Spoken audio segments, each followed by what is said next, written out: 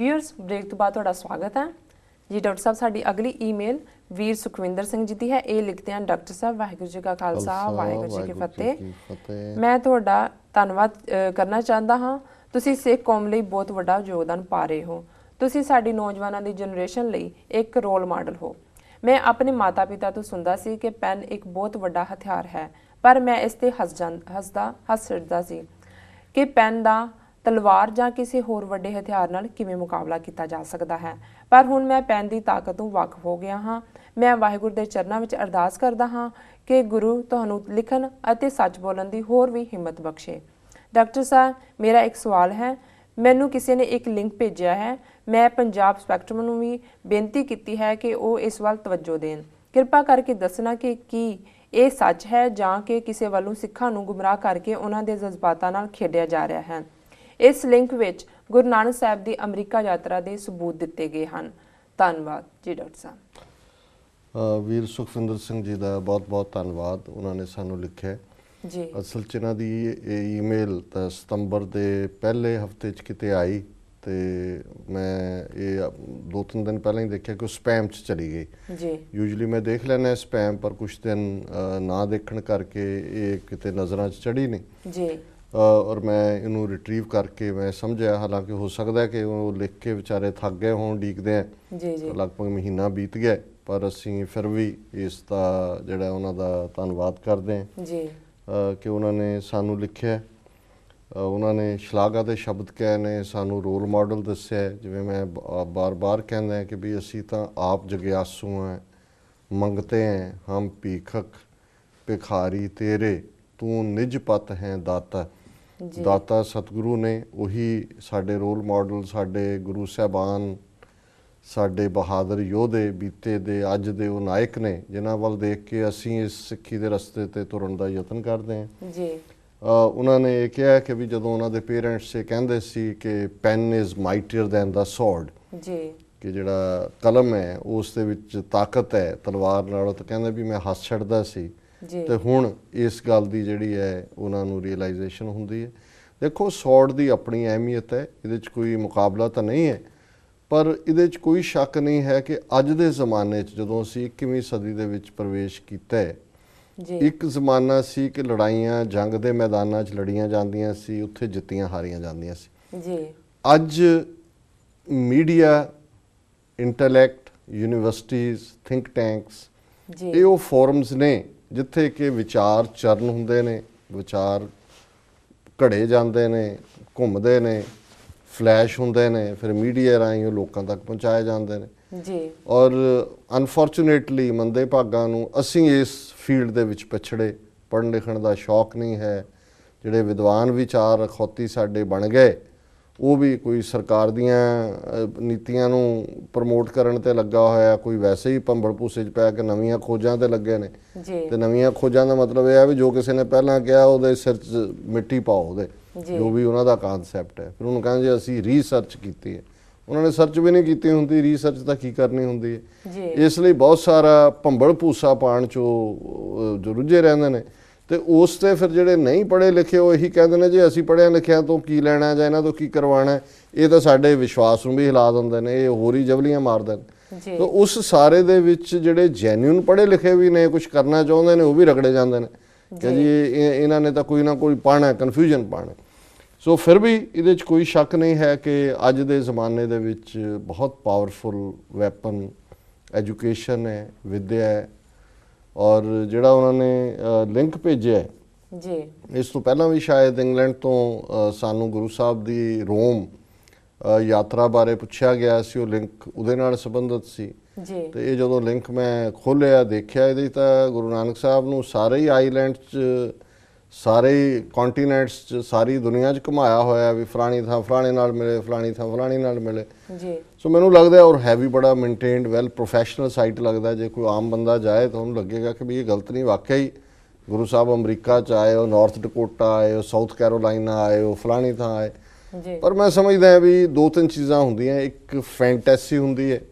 हालांकि चलो जे किसी ने इनू जस्टिफाई करना होए तो वह आधार बनाएगा कि जी भाई गुरदास जी ने कहा कि बाबे तारे 4 चक 9 खंड पृथ्वी ਸੱਚਾ ਢੋਆ ਗੁਰਮੁਖ ਕਲ ਵਿੱਚ ਪ੍ਰਗਟ ਹੋਆ, ਕਿ ਜੇ ਬਾਬੇ ਨੇ 4 ਚੱਕ ਤਾਰੇ ਨੇ ਤੇ ਇਹ ਕਿਵੇਂ ਹੋ ਸਕਦਾ ਵੀ ਉਹ ਅਮਰੀਕਾ ਨਾ ਆਏ ਹੋਣ? ਮਤਲਬ ਇੱਕ ਤਾਂ ਦਲੀਲ ਇਹ ਹੋਏਗੀ। ਜੀ ਜੀ। ਪਰ ਮੈਂ ਸਮਝਦਾ ਹਾਂ ਕਿ ਅੱਜ ਬਹੁਤ ਸਾਰੇ ਸਕਾਲਰਸ ਵਿਦਵਾਨਾਂ ਨੇ ਹੁਣ ਉਹ ਸਾਰੇ ਜਿਹੜੇ ਗੁਰੂ ਸਾਹਿਬ ਦੀਆਂ ਉਦਾਸੀਆਂ ਨੇ, 5 ਉਦਾਸੀਆਂ, ਉਹਨਾਂ ਦੇ ਪੂਰੇ ਮੈਪ ਤਿਆਰ ਕੀਤੇ ਹੋਏ ਨੇ। ਉਹਨਾਂ ਟਿਕਾਣਿਆਂ 'ਚ ਗੁਰਦੁਆਰਾ ਸਾਹਿਬਾਨ ਨੇ, ਉਸ ਦੇ ਕਿਤੇ ਜਨਮ ਸਾਖੀਆਂ 'ਚ, ਕਿਤੇ ਹੋਰ ਕੋਈ ਨਾ ਕੋਈ ਸਬੂਤ ਨੇ ਜੀ। ਸੋ ਇਹ ਜਿਹੜਾ ਬਹੁਤ ਸਾਰਾ, ਹੁਣ ਜੇ ਤੁਸੀਂ ਅਮਰੀਕਾ ਕੈਨੇਡਾ ਨਾਲ ਵੀ ਜੋੜ ਕੇ ਕੋਈ ਕੌਕ ਐਂਡ ਬੁੱਲ ਸਟੋਰੀ ਵਾਂਗ ਉਸ ਨੂੰ ਬਣਾ ਵੀ ਦਿਓਗੇ, ਅਜੇ ਕੋਈ ਇਹ ਨਹੀਂ ਹੈ ਵੀ ਇਹ ਲਿੰਕ ਸ਼ਾਇਦ ਜੇ ਕਿਸੇ ਬਾਬੇ ਦੇ ਹੱਥ ਆ ਗਿਆ ਤਾਂ ਇੱਥੇ ਆ ਜਾਏਗਾ ਕੋਈ ਬਾਬਾ ਵੀ ਜੀ ਕਿ ਜੀ ਇੱਥੇ ਉਹਨਾਂ ਨੂੰ ਸੁਪਨਾ ਆਇਆ ਵੀ ਬਾਬਾ ਨਾਨਕ ਇੱਥੇ ਆਏ ਸੀ। ਬਾਬਾ ਨਾਨਕ ਹਰ ਥਾਂ ਤੇ ਨੇ। ਜਦੋਂ ਉਹਨਾਂ ਦੇ ਸਿੱਖ ਹਰ ਥਾਂ ਪਹੁੰਚ ਗਏ, ਗੁਰੂ ਸਾਡੇ ਨਿਸ਼ਾਨ ਸਾਹਿਬ ਹਰ ਥਾਂ ਲਹਿਰਾ ਪਏ, ਗੁਰੂ ਗ੍ਰੰਥ ਸਾਹਿਬ ਹਰ ਥਾਂ ਪ੍ਰਕਾਸ਼ ਹੋ ਗਏ ਤੇ ਹਰ ਥਾਂ ਬਾਬਾ ਨਾਨਕ ਨੇ। ਸੋ ਇਹ ਜਿਹੜੇ ਨੇ ਬਹੁਤ ਸਾਰੇ ਇਸ ਕਿਸਮ ਦੇ, ਮੈਂ ਸਮਝਦਾ ਵੀ ਸ਼ਾਇਦ ਇਹ ਵੀ ਨਹੀਂ ਹੈ ਵੀ ਕੋਈ ਉਹ ਇਮੋਸ਼ਨਲ ਬਲੈਕਮੇਲ ਕਰਨਾ ਚਾਹੁੰਦੇ ਨੇ, ਪਰ ਮੋਰ ਆਫ ਏ ਫੈਂਟਸੀ। ਔਰ ਉਹਦੇ ਚੋਂ ਫਿਰ ਤੁਸੀਂ ਕੁਛ ਨਾ ਕੁਛ ਇੱਧਰ ਉੱਧਰ ਕੋਈ ਵਰਡ ਆ ਗਿਆ, ਕਿਤੇ ਨਾਨਕ ਆਇਆ, ਜਿਵੇਂ ਚਾਈਨਾ 'ਚ ਨੈਨਕਿੰਗ ਹੈ, ਕਈ ਕਹਿਣ ਲੱਗੇ ਜੀ ਇਹ ਤਾਂ ਨਾਨਕਿੰਗ ਹੈ, ਗੁਰੂ ਨਾਨਕ ਸਾਹਿਬ ਗਏ ਉਹਨਾਂ ਦੇ ਨਾਂ ਤੇ ਬਣਿਆ। ਕਿਤੇ ਜਿਹੜਾ ਬੇਬ ਨੈਵਕ ਨਾਂ ਦਾ ਕੋਈ ਸਟਰੀਟ ਹੈ, ਉਹਨਾਂ ਨੇ ਕਿਹਾ ਜੀ ਇਹ ਬੇਬ ਨਹੀਂ ਹੈ, ਬੇਬੇ ਹੈ, ਇਹ ਨਾਵਕ ਨਹੀਂ ਹੈ, ਨਾਨਕੀ ਹੈ। ਇਹ ਰੋਮਾਨੀਆ ਦੇ ਹਵਾਲੇ ਨਾਲ ਕਿਸੇ ਨੇ ਕਿਹਾ ਜੀ ਗੁਰੂ ਨਾਨਕ ਸਾਹਿਬ ਰੋਮਾਨੀਆ ਵੀ ਗਏ। ਸੋ ਪਰ ਫਿਰ ਵੀ ਮੈਂ ਸਮਝਦਾ ਵੀ ਇਹ ਕਦੇ ਵੀ ਜਿਹੜਾ ਇਸ ਕਿਸਮ ਦੀ ਨਵੀਂ ਖੋਜ, ਖਾਸ ਤੌਰ ਤੇ ਜੇ ਕੋਈ ਸਬੂਤ ਕੱਲ੍ਹ ਨੂੰ ਆਉਂਦੇ ਨੇ ਕੋਈ ਹੋਰ, ਇਹ ਨਹੀਂ ਸੀ ਹੋ ਸਕਦਾ ਕਿ ਫਿਰ ਜਿੱਥੇ ਜਿੱਥੇ ਗੁਰੂ ਨਾਨਕ ਸਾਹਿਬ ਗਏ ਹੋਣ ਉੱਥੇ ਧਰਮਸ਼ਾਲਾ ਨਾ ਬਣੀ ਹੋਏ, ਉੱਥੇ ਕੋਈ ਉਹਨਾਂ ਦੇ ਲੋਕਲ ਸਿੱਖ ਨਾ ਹੁੰਦੇ। ਚਲੋ ਹਿੰਦੁਸਤਾਨ 'ਚ ਤਾਂ ਇਹਦੇ ਬਾਵਜੂਦ ਕਿ ਜ਼ੁਲਮ ਹੋਏ ਮੁਗਲਾਂ ਦੇ ਦੂਜੇ, ਫਿਰ ਵੀ ਜਿੱਥੇ ਜਿੱਥੇ ਗਏ ਅੱਜ ਵੀ ਉਹਦੇ ਸਬੂਤ ਨੇ। ਫਿਰ ਇਵੇਂ ਕਿਵੇਂ ਹੋਇਆ ਕਿ ਗੁਰੂ ਸਾਹਿਬ ਅਮਰੀਕਾ ਆਏ, ਕੈਨੇਡਾ ਆਏ, ਇਟਲੀ ਆਏ ਤਾਂ ਉਹਨਾਂ ਦਾ ਇੱਕ ਵੀ ਸਿੱਖ ਨਹੀਂ ਇੱਥੇ ਬਣਿਆ? ਜੀ ਬਾਬੇ ਤਾਰੇ 4 ਚੱਕ ਤਾਰੇ ਨੇ ਤਾਂ ਫਿਰ ਕੋਈ ਧਰਮਸਾਲ ਹੁੰਦੀ, ਕੋਈ ਹੁੰਦਾ। ਫਿਰ ਹੁਣ ਕੋਈ ਜ਼ਬਾਨ ਇਸ ਕਿਸਮ ਦੀ ਜਿਹੜੀ ਹੈ ਉਹਨੂੰ ਤੁਸੀਂ ਕਹੋ ਜੀ ਉਹਨਾਂ ਨੇ ਉੱਥੇ ਫਾਰਸੀ ਬੋਲੀ, ਉੱਥੇ ਅੰਗਰੇਜ਼ੀ ਬੋਲੀ, ਉੱਥੇ ਹੁਣ ਇਹ ਸਾਰੀਆਂ ਜਿਹੜੀਆਂ ਨੇ ਇਹ ਮੇਰਾ ਖਿਆਲ ਹੈ ਵੀ ਬਹੁਤ ਸਾਰੀ ਫੈਂਟਸੀ ਹੈ, ਇਮੈਜੀਨੇਸ਼ਨ 'ਚੋਂ ਹੈ। ਪਰ ਜੇ ਕੱਲ੍ਹ ਨੂੰ ਕੋਈ ਸਬੂਤ ਆਏ ਤੇ ਉਹ ਵੈਲਕਮ ਹੋਏਗਾ, ਪਰ ਮੇਰਾ ਖਿਆਲ ਹੈ ਵੀ ਇਹਨੂੰ ਕੋਈ ਬਹੁਤਾ ਏਡਾ ਪ੍ਰਮੋਟ ਕਰਨ ਦੀ ਲੋੜ ਨਹੀਂ ਹੈ, ਇਹਦਾ ਕੋਈ ਬਹੁਤਾ ਬੇਸ ਨਹੀਂ ਲੱਗਦਾ ਹੈ। ਜੀ ਡਾਕਟਰ ਸਾਹਿਬ ਤੁਹਾਡਾ ਬਹੁਤ ਬਹੁਤ ਧੰਨਵਾਦ, ਤੁਸੀਂ ਆਪਣੇ ਵਿਚਾਰ ਸਾਡੇ ਦਰਸ਼ਕਾਂ ਨਾਲ ਸਾਂਝੇ ਕੀਤੇ। ਤੇ ਤੁਸੀਂ ਸਾਡੇ ਦਰਸ਼ਕਾਂ ਨੂੰ ਦੱਸੋ ਅੱਜ 9 ਅਕਤੂਬਰ 2013 24 ਅਸੂ ਨਾਨਕਸ਼ਾਹੀ ਸੰਮਤ 545 ਦਾ ਦਿਨ ਹੈ ਤੇ ਸਾਡੇ ਦਰਸ਼ਕਾਂ ਨੂੰ ਦੱਸੋ ਅੱਜ ਦੇ ਦਿਨ ਦੀ ਕੀ ਇਤਿਹਾਸਕ ਅਹਿਮੀਅਤ ਹੈ। ਦੇਖੋ ਜਿਵੇਂ ਅਸੀਂ ਜ਼ਿਕਰ ਕਰ ਚੁੱਕੇ ਹਾਂ, ਅੱਜ ਸਿੱਖ ਇਤਿਹਾਸ ਦੇ ਹਵਾਲੇ ਨਾਲ 2 ਬੜੇ ਅਹਿਮ ਦਿਨ ਨੇ ਜੀ। ਗੁਰੂ ਰਾਮਦਾਸ ਜੀ ਦਾ ਪ੍ਰਕਾਸ਼ ਦਿਵਸ ਜੀ ਔਰ ਭਾਈ ਹਰਜਿੰਦਰ ਸਿੰਘ ਜੰਦਾ, ਭਾਈ ਸੁਖਦੇਵ ਸਿੰਘ ਸੁੱਖਾ, ਉਹਨਾਂ ਦੀ ਸ਼ਹਾਦਤ ਦਾ ਜਿਹੜਾ ਉਹ 21ਵਾਂ ਵਰ੍ਹਾ ਜੀ। ਗੁਰੂ ਰਾਮਦਾਸ ਜੀ ਅੱਜ ਵੀ, ਮੈਂ ਜਦੋਂ ਅੱਜ ਦੀ ਆਵਾਜ਼ ਟਾਕ ਸ਼ੋਅ ਟੋਰਾਂਟੋ ਗੱਲਬਾਤ ਕਰ ਰਿਹਾ ਸੀ ਤਾਂ ਮੈਂ ਇਹ ਕਿਹਾ ਕਿ ਇਹ ਵੀ ਇਤਿਹਾਸ ਦੀ ਇੱਕ ਬੜੀ ਯੂਨੀਕ ਗੱਲ ਹੈ ਕਿ ਇੱਕ ਯਤੀਮ ਬੱਚਾ ਜਿਸ ਦੇ ਪਿਤਾ ਮਾਤਾ ਬਚਪਨ ਦੇ ਵਿੱਚ ਗੁਜ਼ਰ ਗਏ ਜੀ, ਭਾਈ ਜੇਠਾ ਚੂਨਾ ਮੰਡੀ ਲਾਹੌਰ 'ਚ ਉਹਨਾਂ ਦਾ ਪ੍ਰਕਾਸ਼ ਹੁੰਦਾ ਹੈ, ਆਪਣੀ ਨਾਨੀ ਦੇ ਕੋਲੋਂ ਬਾਸਰ ਕੇ ਆ ਜਾਂਦੇ ਨੇ, ਕੋਈ ਤਾਲੀਮ ਨਹੀਂ ਔਰ ਘੁੰਗਣੀਆਂ ਉਹ ਨਾਨੀ ਸ਼ਾਮ ਨੂੰ ਛੋਲੇ ਭਿਉਂ ਦਿੰਦੀ ਹੈ, ਸਵੇਰੇ ਉਬਾਲ ਕੇ ਲੂਣ ਮਿਰਚ ਪਾ ਕੇ ਛੋਲਿਆਂ ਦੀਆਂ ਘੁੰਗਣੀਆਂ ਉਹ ਮੁੱਖ ਸੜਕ ਦੇ ਨੇੜੇ ਆ ਜਾਂਦੇ ਨੇ, ਉਹ ਸਵੇਰ ਤੋਂ ਸ਼ਾਮ ਤੱਕ ਵੇਚਦੇ ਰਹਿੰਦੇ ਨੇ। ਜੋ ਆਨਾ ਦਵਾਨੀ ਹੁੰਦਾ ਉਸ ਨਾਲ ਅਗਲੇ ਦਿਨ ਦੇ ਹੋਰ ਛੋਲੇ ਖਰੀਦ ਲੈਂਦੇ ਨੇ, ਉਹਨਾਂ ਨਾਲ ਉਹਨਾਂ ਦਾ ਮਾੜਾ ਮੋਟਾ ਗੁਜ਼ਰ ਹੁੰਦਾ। ਸੋ ਉਸ ਸਾਰੇ 'ਚੋਂ ਉਹ ਘੁੰਗਣੀਆਂ ਵੇਚਣ ਵਾਲਾ ਯਤੀਮ ਬੱਚਾ ਸੰਗਤ ਦੇ ਨਾਲ ਗੋਇੰਦਵਾਲ ਸਾਹਿਬ ਪਹੁੰਚ ਜਾਂਦਾ ਹੈ, ਗੁਰੂ ਅਮਰਦਾਸ ਜੀ ਦੇ ਦਰਬਾਰ, ਫਿਰ ਸਾਰਾ ਜੀਵਨ ਸਮਰਪਣ ਕਰ ਦਿੰਦਾ, ਉਸ ਸੇਵਾ ਦਾ ਹਿੱਸਾ ਬਣ ਜਾਂਦਾ ਜੀ।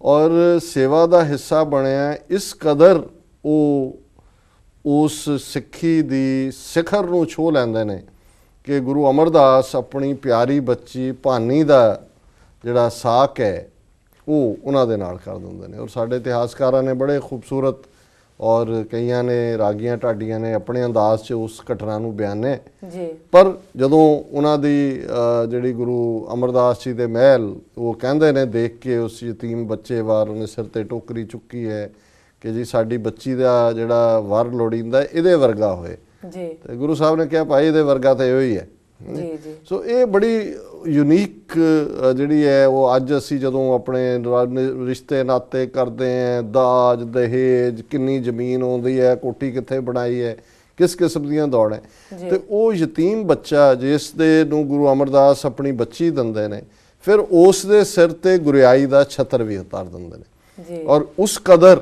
ਉਹ ਗੁਰੂ ਰਾਮਦਾਸ ਦੁਨੀਆ ਦਾ ਜਿਹੜੇ ਕਦੇ ਆਪ ਬੇਆਸਰਾ ਨੇ ਕਿਵੇਂ ਆਸਰਾ ਬਣਦੇ ਨੇ। ਜਦੋਂ ਅਸੀਂ ਪਟ ਕੀਰਤ ਦਾ ਇਸ ਵਈਆ ਅੱਜ ਵੀ ਜਦੋਂ ਹਰਿਮੰਦਰ ਸਾਹਿਬ 'ਚ ਗੁਰੂ ਗ੍ਰੰਥ ਸਾਹਿਬ ਦਾ ਪ੍ਰਕਾਸ਼ ਹੋ ਰਿਹਾ ਹੁੰਦਾ ਤੇ ਪੜ੍ਹਿਆ ਜਾਂਦਾ ਹੈ ਕਿ ਹਮ ਅਵਗੁਣ ਭਰੇ ਏਕ ਗੁਣ ਨਾਹੀਂ, ਅੰਮ੍ਰਿਤ ਛਾੜ ਬਿਖੈ ਬਿਖ ਖਾਹੀ, ਮਾਇਆ ਮੋਹ ਭਰਮ ਪੈ ਭੂਲੇ, ਸੁਤ ਦਾਰਾ ਸਿਉ ਪ੍ਰੀਤ ਲਗਾਈ, ਇਕ ਉੱਤਮ ਪੰਥ ਸੁਣਿਓ ਗੁਰ ਸੰਗਤ, ਤਹਿ ਮਿਲੰਤ ਜਮ ਤਰਾਸ ਮਿਟਾਈ, ਇੱਕ ਅਰਦਾਸ ਪਾਟ ਕੀਰਤ ਕੀ। ਪਾਟ ਕੀਰਤ ਕਹਿੰਦੇ ਨੇ ਇਹ ਮੇਰੀ ਅਰਦਾਸ ਹੈ, ਮੇਰੀ ਪ੍ਰੇਅਰ ਹੈ, ਮੇਰੀ ਪ੍ਰਾਰਥਨਾ ਹੈ, ਇੱਕ ਅਰਦਾਸ ਪਾਟ ਕੀਰਤ ਕੀ, ਗੁਰੂ ਰਾਮਦਾਸ ਰਾਖੋ ਸ਼ਰਣਾਈ।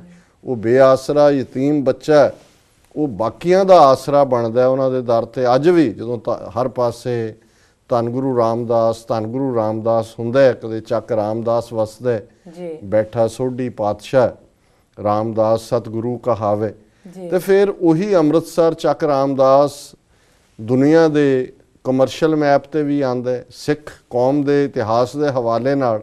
ਤੇ ਅੰਮ੍ਰਿਤਸਰ ਦੀ ਮਿੱਟੀ ਦਾ ਜ਼ਰਾ ਜ਼ਰਾ ਸਾਡੇ ਲਈ ਪਾਵਨ ਹੈ, ਪਵਿੱਤਰ ਹੈ। ਜਿਸ ਅੰਮ੍ਰਿਤਸਰ ਦੀ ਧਰਤੀ ਤੇ ਆ ਕੇ ਸ਼ਹੀਦੀ ਦੇਣਾ, ਜਦੋਂ ਅੰਮ੍ਰਿਤਸਰ ਦੁਸ਼ਮਣਾਂ ਦੇ ਕਬਜ਼ੇ 'ਚ, ਇਹ ਸਭ ਤੋਂ ਵੱਡੀ ਗੱਲ ਮੰਨੀ ਜਾਂਦੀ ਸੀ। ਸਿੱਖ ਆਉਂਦੇ ਸ਼ਹੀਦੀ ਦਿੰਦੇ ਔਰ ਸਮਝਦੇ ਸੀ ਵੀ ਸਾਡੇ ਸਰੀਰ ਲੇਖੇ ਲੱਗੇ ਨੇ। ਤੇ ਉਸੇ ਹੀ ਚੌਥੇ ਪਾਤਸ਼ਾਹ ਗੁਰੂ ਰਾਮਦਾਸ ਜੀ ਦੀ ਤੁਸੀਂ ਬਾਣੀ ਪੜ੍ਹਦੇ ਹੋ, ਲਗਭਗ 9 ਸਾਲ ਉਹ ਗੁਰਿਆਈ ਤੇ ਬੈਠੇ ਨੇ, ਗੁਰਿਆਈ ਦੀ ਗੱਦੀ। ਤੇ ਅੱਜ ਵੀ ਜਦੋਂ ਆਨੰਦ ਕਾਰਜ ਹੁੰਦਾ ਹੈ, ਲਾਵਾਂ ਗੁਰੂ ਰਾਮਦਾਸ ਜੀ ਦੀਆਂ ਰਚੀਆਂ ਹੋਈਆਂ ਨੇ ਸੂਹੀ ਰਾਗ ਦੇ ਵਿੱਚ, ਔਰ ਉਹਨਾਂ ਦੀ ਬਾਣੀ 'ਚ ਇਸ ਕਦਰ ਨਿਮਰਤਾ, ਇਸ ਕਦਰ ਵੈਰਾਗ ਤੇ ਇਸ ਕਦਰ ਜ਼ੁੰਬਸ਼ ਹੈ ਉਸ ਪ੍ਰਭੂ ਨਾਲ ਮਿਲਣ ਦੀ ਕਿ ਵਾਹ ਵਾਹ ਤੋਂ ਬਿਨਾਂ, ਵਾਹਿਗੁਰੂ ਵਾਹਿਗੁਰੂ ਤੋਂ ਬਿਨਾਂ ਹੋਰ ਕੋਈ ਸ਼ਬਦ ਮੂੰਹੋਂ ਨਹੀਂ ਨਿਕਲਦਾ। ਤੇ ਉਸੇ ਹੀ ਸ੍ਰੀ ਅੰਮ੍ਰਿਤਸਰ ਜੀ ਦੀ ਪਾਵਨ ਧਰਤੀ, ਉਸੇ ਹੀ ਹਰਮੰਦਰ, ਉਸੇ ਹੀ ਅਕਾਲ ਤਖਤ ਦੀ ਫਿਰ ਆਬਰੂ ਦੇ ਲਈ, ਆਨ ਅਣਖ ਦੇ ਲਈ ਭਾਈ ਹਰਜਿੰਦਰ ਸਿੰਘ ਜੰਦਾ, ਭਾਈ ਸੁਖਦੇਵ ਸਿੰਘ ਸੁੱਖਾ ਉਸ ਜਰਨਲ ਨੂੰ ਸਜ਼ਾ ਯਾਫਤਾ ਕਰਦੇ ਨੇ, ਵੈਦਿਆ ਨੂੰ ਜਿਹੜਾ ਫੌਜਾਂ ਚੜਾਉਂਦਾ ਹੈ ਉਸ ਗੁਰੂ ਰਾਮਦਾਸ ਦੇ ਦਰਬਾਰ ਤੇ। ਔਰ ਇਹ ਵੀ ਇੱਕ ਜਿਵੇਂ ਅਸੀਂ ਪਹਿਲਾਂ ਜ਼ਿਕਰ ਕੀਤਾ ਹੈ ਕਿ ਇਤਿਹਾਸ ਦੀ ਇੱਕ ਖੂਬਸੂਰਤ ਇਤਫਾਕ ਵਾਲੀ ਮਿਸਟਿਕ ਘਟਨਾ ਹੈ ਕਿ ਉਹਨਾਂ ਦੀ ਸ਼ਹਾਦਤ ਫਾਂਸੀ ਦੇ ਰੱਸੇ ਤੇ ਜੰਦਾ ਸੁੱਖਾ ਅੱਜ ਦੇ ਦਿਨ ਝੂਲਦੇ ਨੇ ਪੂਨੇ ਦੀ ਜੇਲ੍ਹ ਦੇ ਵਿੱਚ। ਔਰ ਕਿਸ ਬੇਖੌਫ ਅੰਦਾਜ਼ 'ਚ ਉਹਨਾਂ ਨੇ ਫਾਂਸੀ ਦੇ ਤਖਤੇ ਤੱਕ ਦਾ ਸਫ਼ਰ ਕੀਤਾ, ਉਹ ਆਪਣੇ ਆਪ ਦੇ ਵਿੱਚ ਇੱਕ ਇਤਿਹਾਸ ਹੈ ਕਿ ਜੱਜ ਨੂੰ ਉਹਨਾਂ ਨੇ ਫਖਰ ਨਾਲ ਕਿਹਾ ਵੀ ਸਾਨੂੰ ਤੂੰ ਮੌਤ ਦੀ ਸਜ਼ਾ ਦੇ। ਅਸੀਂ ਇਹ ਕਾਰਾ ਇਸ ਲਈ ਕੀਤਾ ਕਿਉਂਕਿ ਜਿਹਨੇ ਵੀ ਸਾਡੇ ਗੁਰੂ ਦੇ ਦਰ ਵੱਲ ਦੇਖਿਆ, ਹਰਮੰਦਰ ਵੱਲ ਦੇਖਿਆ, ਅਕਾਲ ਤਖਤ ਵੱਲ ਦੇਖਿਆ, ਉਹਨੂੰ ਸਾਡੀ ਪਰੰਪਰਾ ਇਹੀ ਸਜ਼ਾ ਦਿੰਦੀ ਹੈ। ਤੇ ਜੇ ਫਾਂਸੀ ਦੀ ਸਜ਼ਾ ਸੁਣਾਈ ਜਾਂਦੀ ਹੈ ਤੇ ਅਖੀਰ ਵੇਲੇ ਜਿਸ ਜਾਓ ਜਲਾਲ ਨਾਲ ਉਸ ਫਾਂਸੀ ਦੇ ਤਖਤੇ ਵੱਲ ਜਾਂਦੇ ਨੇ ਔਰ ਇਹ ਕਹਿੰਦੇ ਨੇ ਵੀ ਸਾਡੀ ਅਖੀਰਲੀ ਖਾਹਿਸ਼ ਪੁੱਛੀ ਜਾਂਦੀ ਹੈ, ਉਹ ਕਹਿੰਦੇ ਨੇ ਵੀ ਸਾਡੀ ਅਖੀਰਲੀ ਖਾਹਿਸ਼ ਹੈ ਵੀ ਅਸੀਂ ਫਾਂਸੀ ਦਾ ਰੱਸਾ ਆਪ ਆਪਣੇ ਗਲ 'ਚ ਪਾਵਾਂਗੇ ਔਰ ਜਲਾਦ ਜਿਹਨੇ ਸਾਡਾ ਮੌਤ ਰਾਣੀ ਦੇ ਨਾਲ ਵਿਆਹ ਕਰਾਉਣਾ, ਅਸੀਂ ਉਸ ਦਾ ਮੂੰਹ ਮਿੱਠਾ ਕਰਵਾਉਣਾ।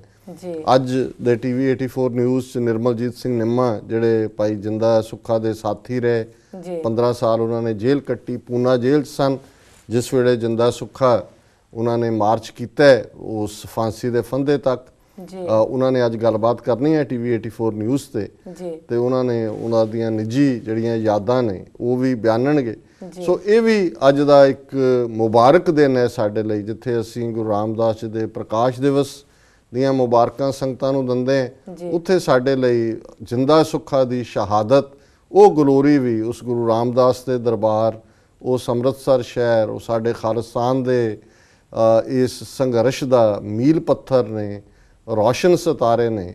ਔਰ ਜਿਸ ਨਾਲ ਪ੍ਰਥਾਏ ਮੈਂ ਇਹ ਕਪਲਟ ਜ਼ਰੂਰ ਉਰਦੂ ਦਾ दोहरावांगा कि जिस शान से कोई मक्तल में गया वो शान सलामत रहती है, इस जां की तो कोई बात नहीं, ये जां तो आनी जानी है। मरदे ने लखां जमदे ने पर जिहड़ा उस ਕਤਲਗਾਹ ਵੱਲ ਜਿਸ ਸ਼ਾਨ ਨਾਲ ਜਿੰਦੇ ਸੁੱਖੇ ਨੇ ਆਪਣੇ ਕਦਮ ਚੁੱਕੇ, ਜੀ ਉਹ ਹਰ ਕਦਮ ਪੰਥ ਦੇ ਲਈ ਫਖਰ ਵਾਲਾ ਹੈ, ਜੀ ਮਾਣ ਵਾਲਾ ਹੈ, ਔਰ ਉਹਨਾਂ ਨੂੰ ਅਸੀਂ ਪ੍ਰਣਾਮ ਕਰਦੇ ਹਾਂ ਉਹਨਾਂ ਦੀ ਸ਼ਹਾਦਤ ਨੂੰ। ਜੀ ਡਾਕਟਰ ਸਾਹਿਬ ਤੁਹਾਡਾ ਬਹੁਤ ਬਹੁਤ ਧੰਨਵਾਦ। ਵਰਲਡ ਹਿਸਟਰੀ ਅਸੀਂ ਬ੍ਰੇਕ ਤੋਂ ਬਾਅਦ ਪੁੱਛਾਂਗੇ। ਜੀ। ਵੀਅਰਸ ਤੁਸੀਂ ਕਿਤੇ ਨਹੀਂ ਜਾਣਾ, ਮਿਲਦੇ ਹਾਂ ਆਫਟਰ ਦਿਸ ਸ਼ਾਰਟ ਬ੍ਰੇਕ।